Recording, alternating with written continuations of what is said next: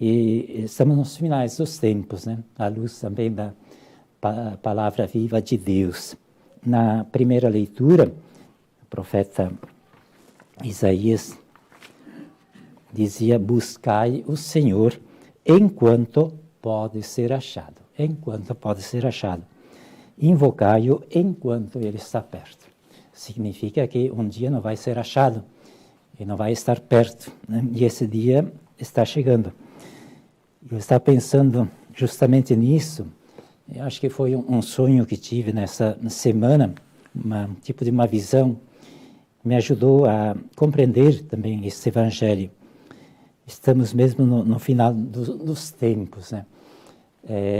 Na visão, eu estava assim num determinado lugar e começou a se formar umas nuvens de cinza para escuro, e todo esse movimento como se fosse um temporal, né? Um turbilhão, foi aumentando, mas havia uma abertura, como o fundo de um túnel, né? Mas aos poucos essa abertura foi se fechando, né? E aí até fiquei preocupado, no sonho, como sair, como escapar.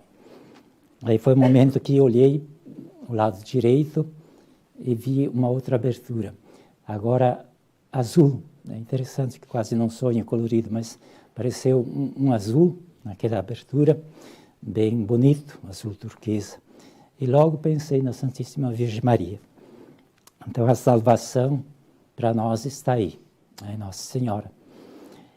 Mas também me fez pensar quantos, né, que estão nesse turbilhão, que está se fechando, e quando se fecha, aí não tem mais como escapar. E então penso também na Igreja Católica, Apostólica Romana, nesse tempo, né? O Francisco, lá no Vaticano, agora vai publicar a sua terceira carta encíclica, mês de outubro, no dia do encontro sobre a educação, junto com a Unesco, né? Aquele encontro que devia ter acontecido em maio, mas por causa da pandemia foi transferido para outubro. E o título da encíclica é Somos Todos Irmãos, né? Eu não li, ainda não foi publicada, mas o título, assim, a imprensa já divulgou. Somos todos irmãos.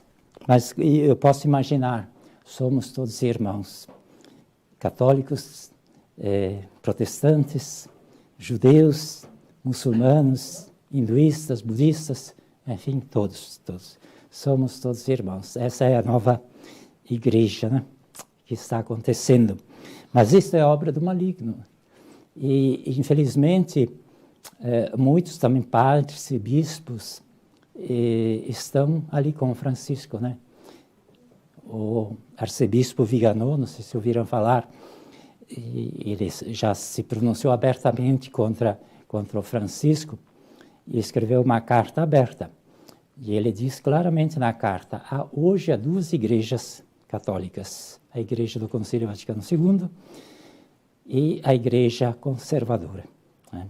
E muitos são realmente conservadores, mas, digamos, muito mais os que estão nessa Igreja do Concílio Vaticano II, que não se dão conta, esse é o grande mal, não se dão conta que as portas estão se fechando, né?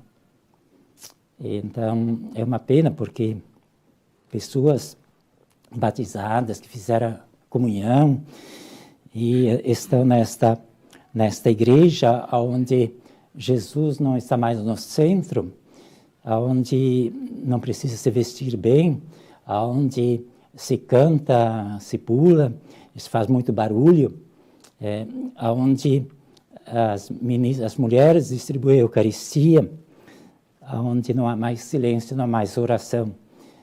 E eu acredito mesmo nas mensagens de Jesus, quando ele fala que quando isso acontece, não há respeito, ele se retira.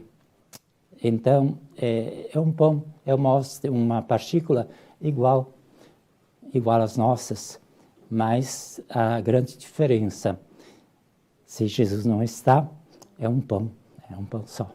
Então as pessoas não mais recebem aquela luz, aquela força que tem a Santa Hóstia, que é a presença do próprio Jesus, né?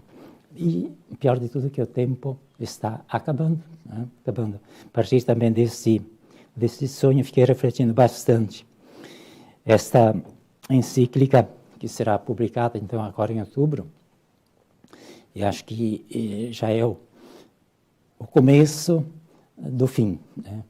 Quando o profeta Daniel fala da desolação, a abominação da desolação, quando o sacrifício perpétuo não existirá mais. E o sacrifício perpétuo é a Santa Eucaristia, a Santa Missa. E aí, então, tudo começará. Ou seja, o inimigo, que até agora seduziu com coisas suaves, né? Ai, bonito a gente se reunir, cantar, se abraçar, fazer barulho, né? Cristo foi deixado de lado na sacristia, mas nós, assim, nos reunimos aos domingos e celebramos, mesmo que tenha pessoas de outras religiões, de outras crenças, né? Somos todos irmãos. Está aí. É o fim. Então, também a ideia de fechar a porta, Cristo fala nas mensagens. Às vezes pensava, como será? Né? Jesus que fecha as portas, as pessoas pedindo para entrar. Mas nesta visão que tive, eu compreendi que não é Deus que fecha a porta, mas é o inimigo que está fechando para as pessoas não saírem mais, né?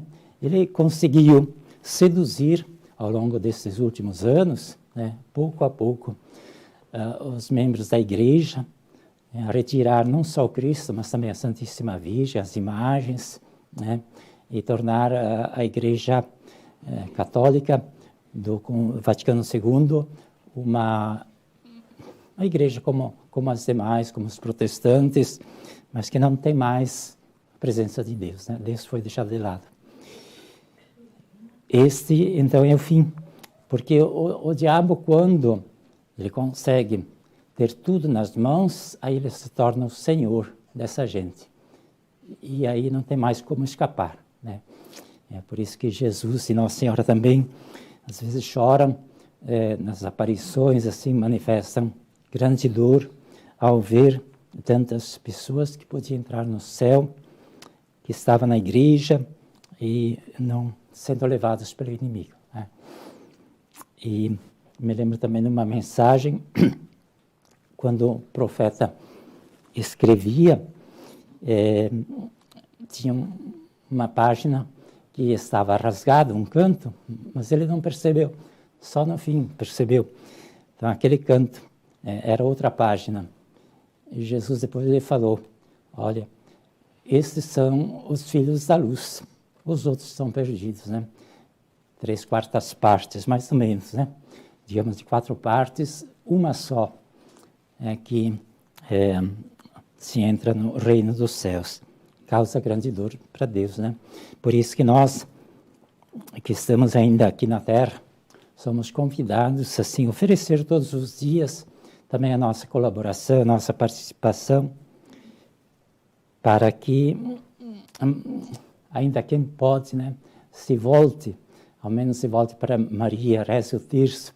Eu acredito que quem reza o rosário em casa, em família, mesmo participando dessas missas, assim, onde Jesus não está mais presente, mas são devotos, Nossa Senhora se salva.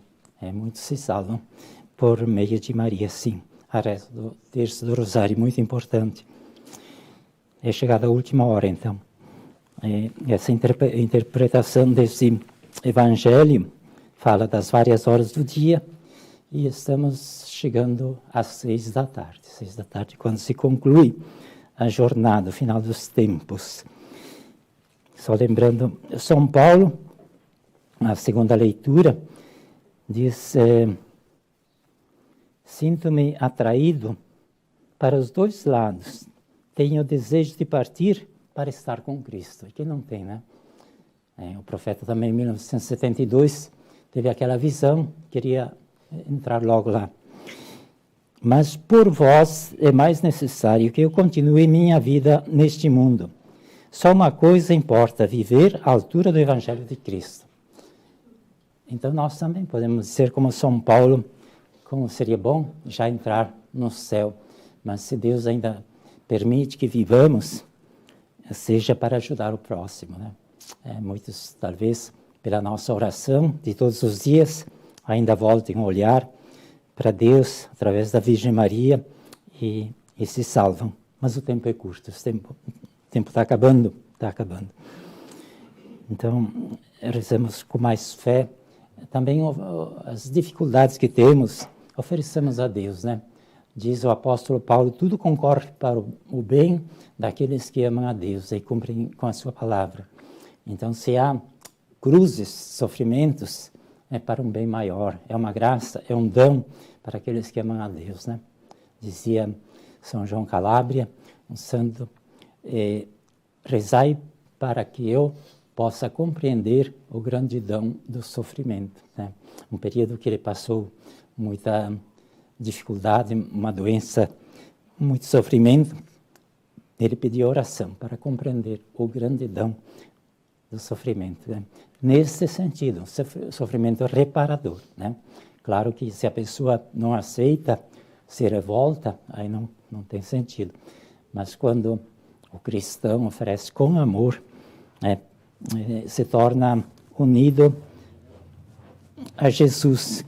Diz o apóstolo, hoje ouvimos na leitura, para mim, o viver é Cristo e o morrer é lucro. É isso então.